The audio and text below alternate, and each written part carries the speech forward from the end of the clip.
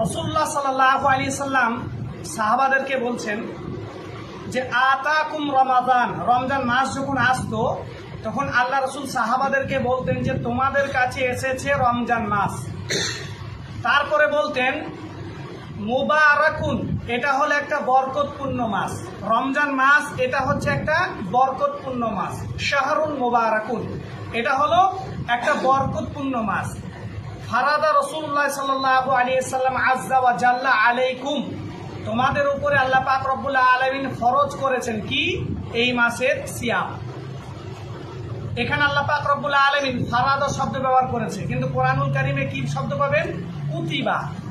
কুতিবা ফারাদা একই অর্থ। আল্লাহ পাক রব্বুল আলামিন আমাদের উপরে সিয়াম ফরজ করেছেন।